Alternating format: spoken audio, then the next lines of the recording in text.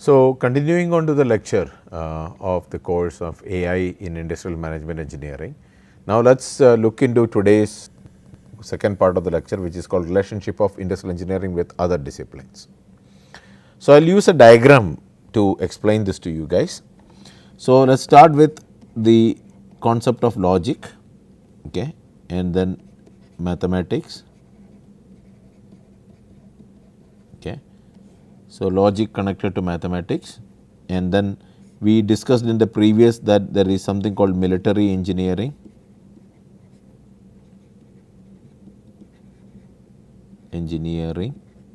okay. And military engineering had two aspects. One is civil engineering, okay, and that was again building roads and bridges. Then mathematics, then when you talk about physics, okay, logic, mathematics and physics put together comes to electrical engineering,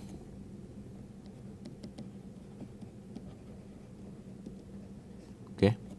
And then maths, you take another aspect of this, okay. You have statistics, okay, and then you can think about it as operations, research, okay, and then let us put it as computer science,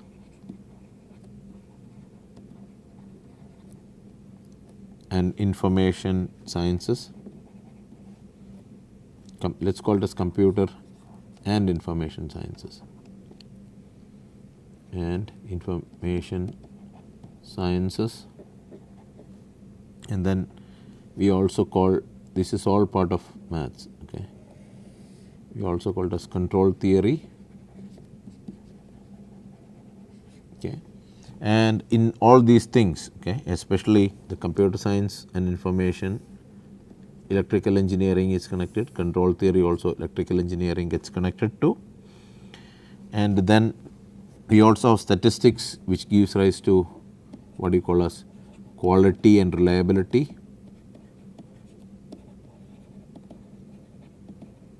okay.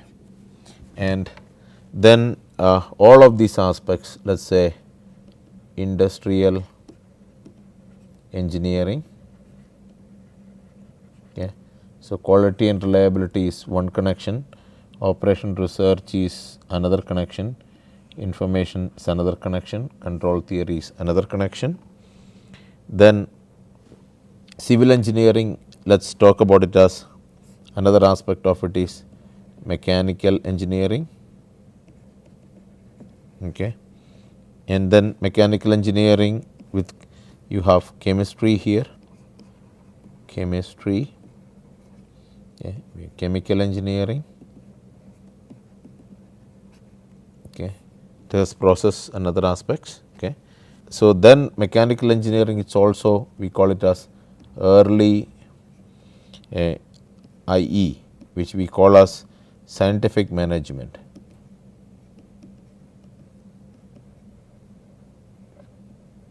This was the earlier days of IE, right, and then that matured into industrial engineering.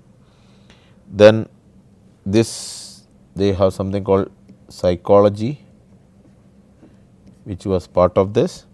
Then you have something called early management philosophy,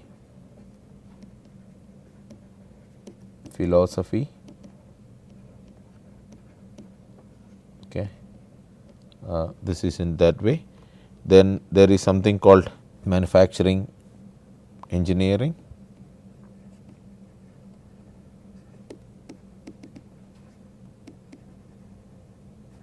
that is an outcome of this one actually.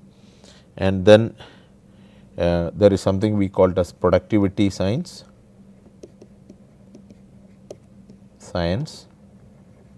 so that is an outcome of this, okay.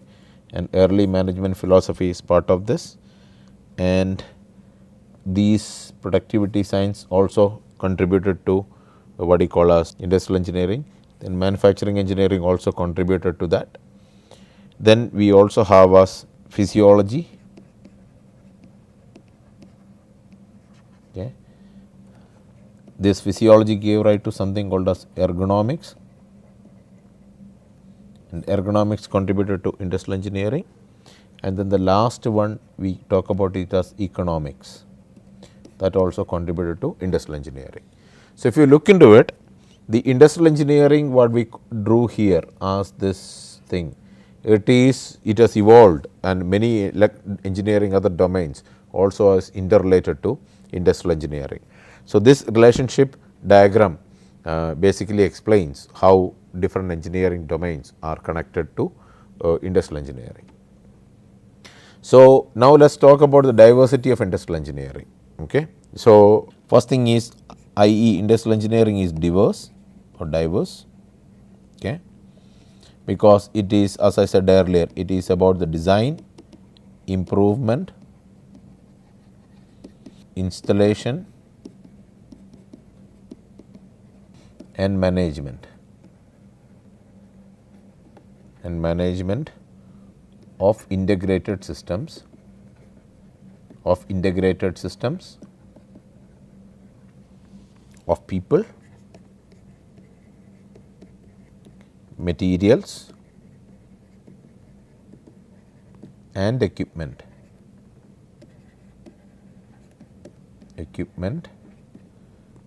for manufacturing and service operations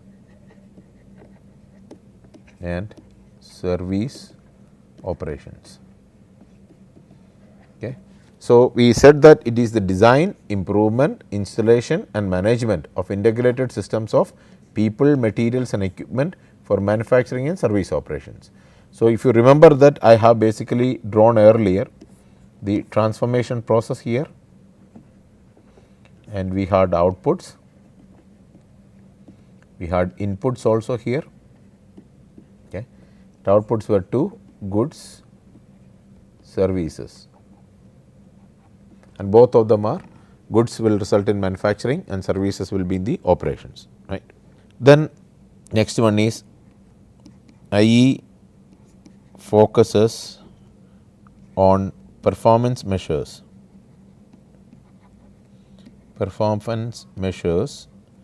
and standards. Okay. Then research of new products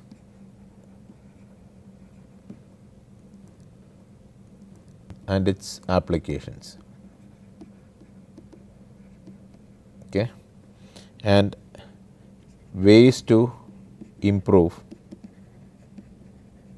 scarce resources, etc. So, the lot of the focus is on performance measures and standards, research on new products and its application, and how do you improve the scarce resources. Okay. Improve the use of scarce resources. Okay. How do you do that? That is the another focus. Then I fits any type of industry.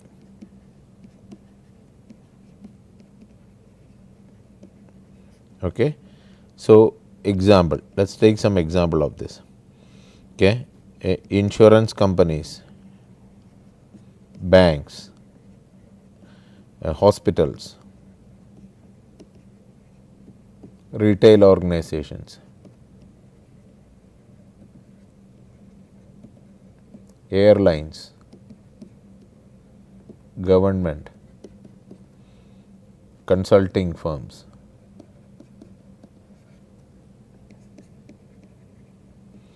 transportation, construction, utilities, social service, electronics, personnel, facility design, manufacturing, warehousing, etc. So, you can see that a wide variety of industry is applicable to or is related to industrial engineering. Okay. And so, we see that how why it is because of this interrelationships. Now, what are the activities of industrial engineers? Now, what do they typically do? Okay. So, the first and foremost activity or most common activity is determine. They determine the most effective way, the most effective ways to use basic factors of production.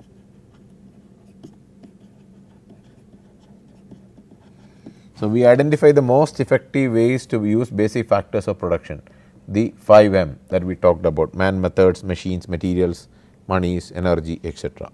Okay. That is the first main thing. Second is solve organizational, production and related problems.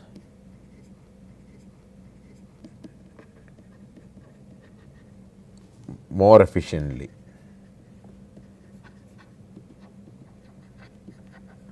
So, you solve the organizational, production and related problems associated with it in an efficient manner, right. So, this lot of the time translates to what we call as OR or operation research. Okay. Third one is develop management control systems.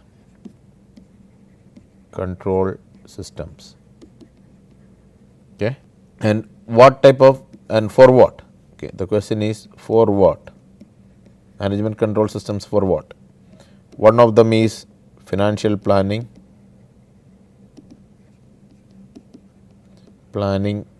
and cost analysis. Okay. The other one is production planning and control. The third one is product quality. Okay. Then is distribution of goods and services,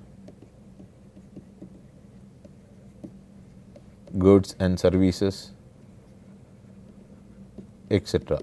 So, if you look into it, develop management control systems for financial planning, cost analysis, production planning and control, product quality, etc. Okay. Distribution of goods and service, etc. So, this is the third common activity. And the fourth common activity is determine optimal plant locations. Okay. The plant is, in another way, is factory. Plant locations, okay, based on raw materials and transportation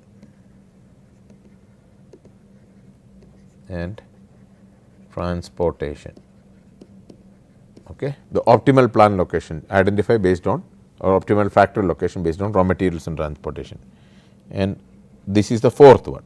The fifth most common one is develop wage and salary administration system.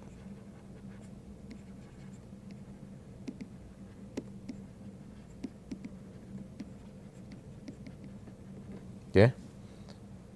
Also job evaluation program.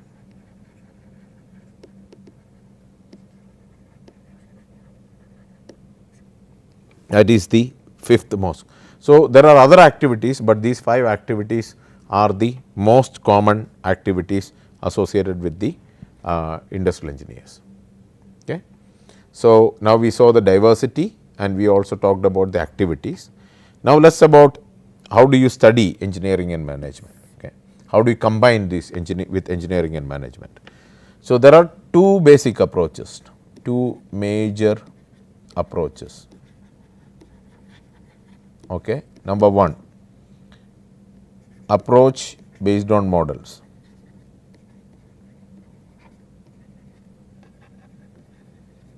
Okay, that is the first one. Okay. So, what we do is develop models dedicated to solve problems or support decisions in engineering and management. Okay. So, the first approach is the based on models. So, you develop models dedicated to solve problems. So, for a model specific to a problem or support the decisions in engineering and management, either develop models that will support decisions, it is also known as decision support systems. Okay. That is one. The second approach is what we call as approach based on cases. This is popular in management. So, what it does is analyzing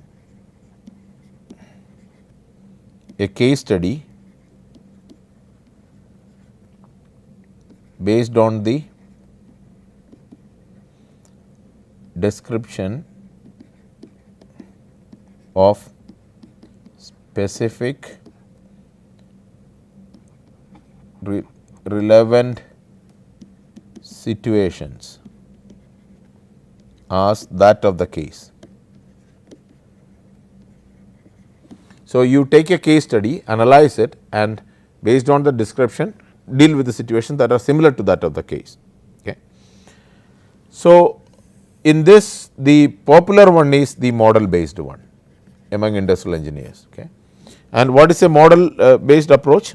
So, in first one is there is something called as you have to say reality. Okay. That is also another way people call it as the problem. Okay. From reality you take what we call as simplifying assumptions. You take simplifying assumptions which will give rise to what we call as a model. Okay. So, you take the reality or the actual problem, take simplifying assumptions which will create a model, then in that you do manipulation, either otherwise you do analysis and optimizing. Okay. Any one of these three will give you what we call as decision or what we call as solution. Okay. So, you take a reality which is a problem, whatever is the reality, you take simplifying assumptions to build your model. Okay. This is what you build, only relevant to what you want to study. From there you manipulate your analysis and optimize it to create what you call as the decision or the solution that is required as part of it. So, next one is how do you build models? Okay. So, there is a when there is few things in the building models that you need to realize. So, as I said earlier, we start with the real problem. Okay. And then real problem you take what do you call as you have model of the problem. Okay. This is what we call as simplifying assumptions. We did this already. Okay. You take simplifying assumptions and you build the model of the problem. Then we what we have is the model solution. Okay. So, what do you do? Once you build the model, you do the model analysis. Okay. You analyze the model and then using the model analysis you create the model solution. Now, with the model solution you connect it with the real problem and that is called as sensitivity analysis. Okay. So, from a real problem you use simplifying assumptions to build the model of the problem. Once you build the model, you use it to do the analysis and you create a solution of using that model, and then you connect it with the real problem using sensitivity analysis.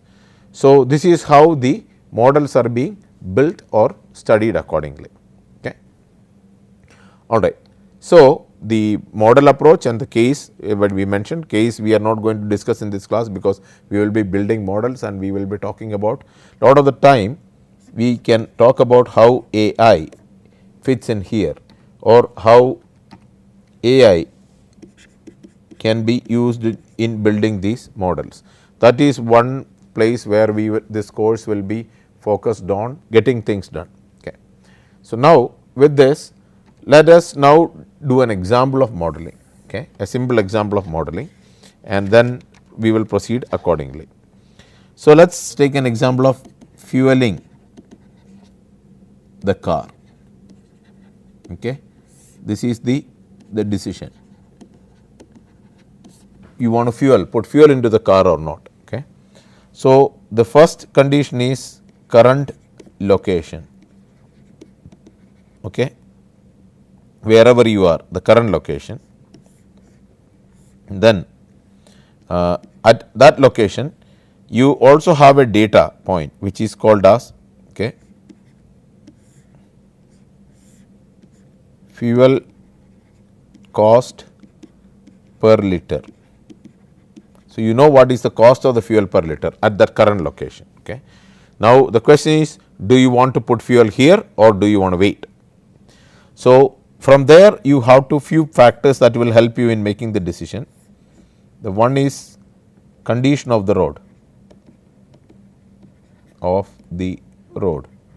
is it in good condition, is it in bad condition, right. Then the next one you need to think about it is proximity to fuel pump. How close are you to the fuel pump, right? And then the thing is, you have to decide somewhere here, refuel decision. Okay. Proximity to the fuel pump, that is where you do the refuel decision. Okay. And there is also a connect to this, okay. Current location is the fuel cost per liter and the refuel decision. Okay. So, you would say that, okay, you will put a negative sign here, that means you will move the refuel decision here from the current location if the price of the fuel is less there. Okay. And the other one is proximity to the fuel pump. If it is close to the proximity plus, then you will move the decision that side. Okay. Then also the other aspect is, you also would require at the speed of the car, how fast you are driving. Okay. If the speed is high, what will happen? The speed determines to a large extent fuel consumption. Okay. So, if the fuel consumption is determined, and if speed is more, the fuel consumption will increase, correct. And road condition will also determine the fuel consumption. Okay. If the road condition is bad, then the fuel consumption will increase.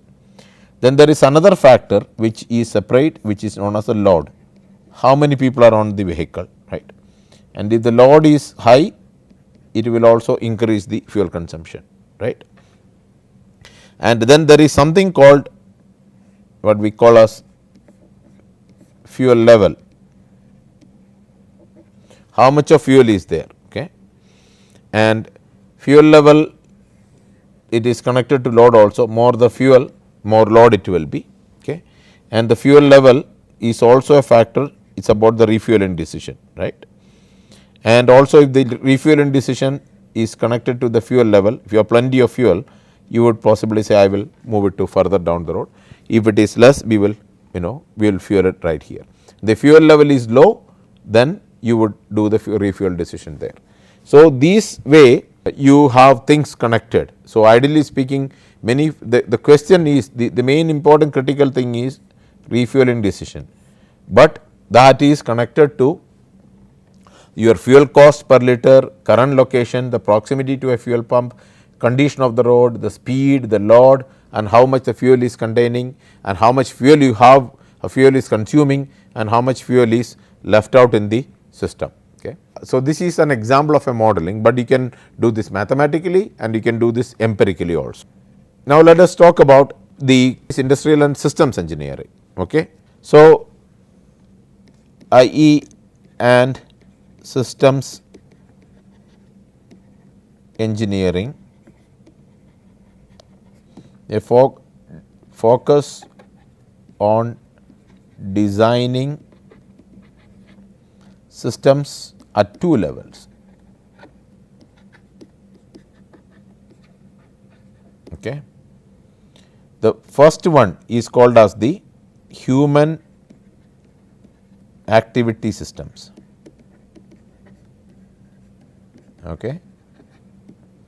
So, what we do is it focuses on physical workplace where human activity occurs.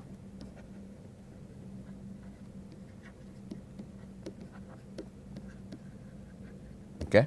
So, the first is the human activity system, where the physical workplace where the human activities occur, that focuses on that. Okay. The second one is called as the management control system.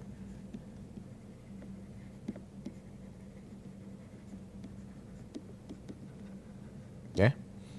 And so, what does this do? Procedures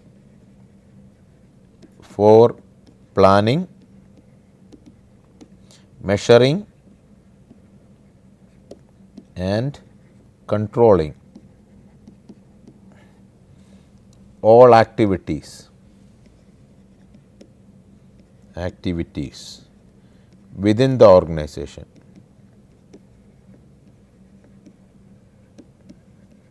So, the second aspect is the management control system, where the planning, the measuring and controlling of all activities within the organization, that design is also part of the industrial systems as such. So, if you look into it, it is there is a human centric aspect of it to it and a management control aspect to it also. So, you can see that is how the industrial and systems engineering is also connected to industrial management engineering. So, with this we come to the conclusion of today's lecture. Hopefully, you have a brief idea of what we talked about, the productivity, the importance of sustainability, how industrial engineering is connected with the productivity, major aspects of industrial engineering, how did it actually originate, how is it connected to other places. And then we talked about briefly model building and why model building is important and how AI fits into this one, where various models are critical to this. We just briefly also looked into what is systems engineering as well. Okay. So, in the next class we will get into the basics of AI models that are very popular, or problems of industrial engineering where AI can be popular as part of this. And then we will, Dr. Prabal will come in later down the road and start teaching you how to build these models using various software tools, and then how to use these models in using various data sets. So, thank you for your patient hearing, and we will see you in the next week. Please do your homework and studies, and if you have questions, please ask in the forum. Thank you.